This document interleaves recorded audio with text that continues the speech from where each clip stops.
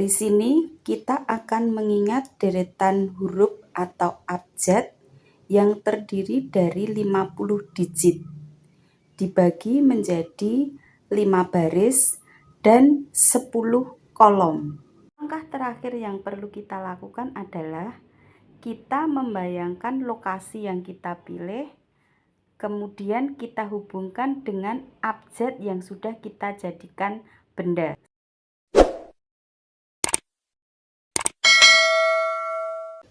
Hai, assalamualaikum. Jumpa lagi dengan saya di sini.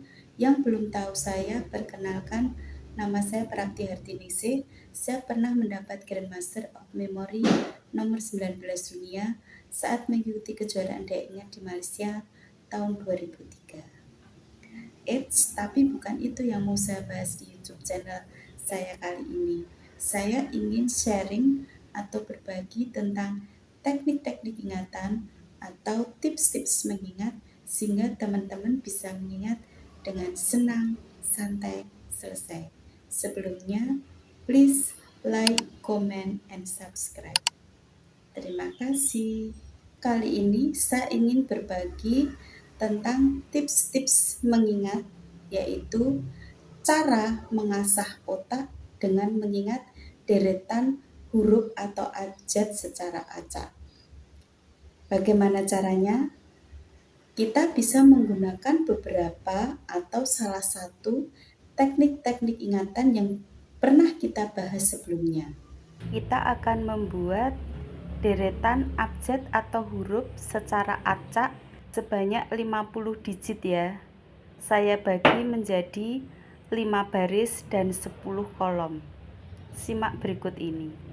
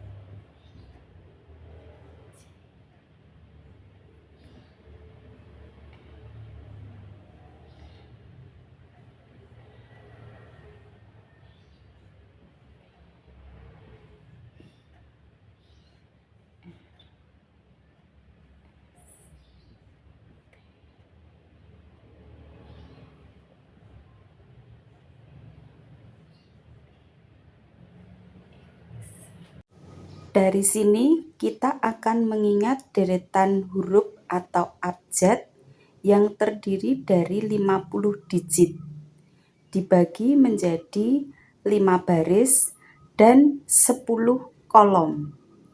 Secara keseluruhan kita membutuhkan 5 lokasi di baris pertama, 5 lokasi di baris kedua, 5 lokasi di baris ketiga, dan seterusnya. Karena satu lokasi bisa untuk 2 digit huruf atau abjad. Saya beri contoh dulu. Untuk lokasi baris pertama, kita menggunakan lokasi ruang tamu karena teman-teman pasti hafal urutan dari ruang tamu itu sendiri ya, karena syarat membuat lokasi adalah urut. Yang pertama pintu, kemudian kedua jendela, ketiga sofa, keempat meja, kelima lukisan atau foto yang ada di dinding. Teman-teman bisa mencari lokasi di ruang tamu sesuai dengan ruang tamu teman-teman sendiri. Saya hanya memberi contoh aja. Lokasi untuk baris kedua, saya ambil contoh lokasi kamar tidur karena teman-teman pasti juga hafal ya urut-urutannya. Contohnya di sini adalah saya mulai dari kasur atau kasur kita bisa membayangkan spraynya. Jadi yang pertama kasur, kedua bantal, ketiga guling, keempat lemari pakaian, yang kelima meja. Itu opsional ya teman-teman. Kalau di kamar tidur teman-teman nggak ada meja, ya barang apa yang ada di situ. Lokasi baris ketiga contohnya adalah lokasi di kamar mandi. Saya urutkan di sini dari bak mandi, terus keran, tempat sabun, cupstop, kemudian yang kelima pintu kamar mandi. Lokasi baris keempat saya ambil dari film kartun ya. Teman-teman pasti tahu, saya ambil lokasi nama-nama dari tokoh-tokoh film kartun tersebut, yaitu film Doraemon. Saya urutkan dari yang pertama Doraemon, kemudian Nobita, Shizuka, Sunio, dan Giant. Lokasi baris kelima saya ambil yang lagi viral-viralnya ya saat ini, yaitu Timnas Indonesia. Saya ambil dari pemain Timnas Indonesia yang non-diaspora. Terserah teman-teman kalau mau bikin lokasi sama seperti saya, yang mengurutkan kita sendiri. Saya memberi contoh ya, urutannya yang pertama Marcelino Ferdinand, kedua Pratama Arhan, yang ketiga Ramadan Sananta, yang keempat Ricky Kambuaya, yang kelima Hernando Ari. Kok nggak ada Rizky Ridho? Terserah teman-teman. Kalau mau dipakai Rizky Ridhonya boleh. Saya hanya memberi contoh aja. Kemudian yang kita lakukan selanjutnya adalah dengan membayangkan huruf atau abjad yang akan kita ingat tadi menjadi sebuah benda yang mudah kita bayangkan. Caranya, dua huruf atau dua abjad itu kita jadikan sebuah benda yang kita kenal, yang mudah kita bayangkan. Contohnya AX, huruf atau abjad AX kita bayangkan aks. Aks adalah salah satu nama parfum ya. Kemudian OP kita membayangkan opor. Kemudian UK kita bayangkan United Kingdom, yaitu kita membayangkan negara Inggris. TE kita bayangkan tante. Kemudian FJ kita bayangkan Fuji. Fuji nama orang ya, selebgram yang terkenal itu. Jadi intinya huruf atau dua huruf itu kita jadikan benda yang mudah kita bayangkan, terserah, yang penting ada hurufnya di situ. Kalau kita kesulitan untuk membuat benda, boleh kita pakai gantian kata sehingga huruf tadi mewakili benda yang kita bayangkan. Baris yang kedua, huruf DS kita bayangkan desa. Huruf GN kita bayangkan gun, yaitu senjata dalam bahasa Inggris. BI kita bayangkan Bank Indonesia. WI kita bayangkan wig. Wig adalah rambut palsu. Jadi kalau kita kesulitan untuk membayangkan benda yang ada huruf W sama H-nya, kita bisa pakai gantian kata. Sebenarnya wig kan WIG ya kan. Jadi kita bisa pakai gantian kata, wig itu WIH. Dan VL kita bayangkan villa. Mudah bukan? Kemudian baris yang ketiga, huruf OH kita bayangkan oh, ungkapan rasa. Oh, CR kita bayangkan car, mobil dalam bahasa Inggris. VH kita bayangkan vihara, tempat ibadah umat agama Buddha. WC bisa kan? RM kita bayangkan rumah makan. Baris keempat, huruf atau abjad SH kita bayangkan siku. LD kita bayangkan lidi. XB kita bayangkan sibuk.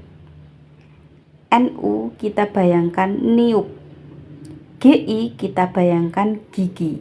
Baris terakhir, huruf JK kita bayangkan jaka. Huruf YP kita bayangkan yupi. Huruf ME kita bayangkan me, aku atau saya dalam bahasa Inggris.